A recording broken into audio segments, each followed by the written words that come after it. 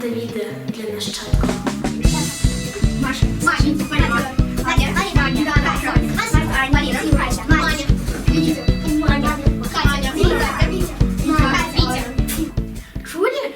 Чули? Что? А, наша Ганка будет мисс Осень. Ты где я?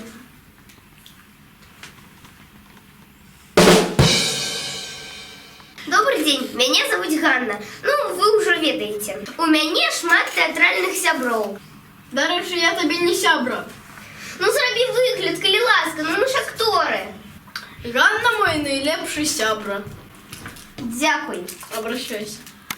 З Ганною ніколи не буває сумна. Яна вельмі пригожая. Ганна найлепшая сяброўка. Я люблю з ёй гуляць. Ганна вельмі добрая. Яна вельмі цудоўная мастачка і актрыса. Ганна вельмі працавітая. Мы з ёй заўсёды гуляем у шашкі пасля урокаў. Ганна вельмі любіць тэатр і цукеркі.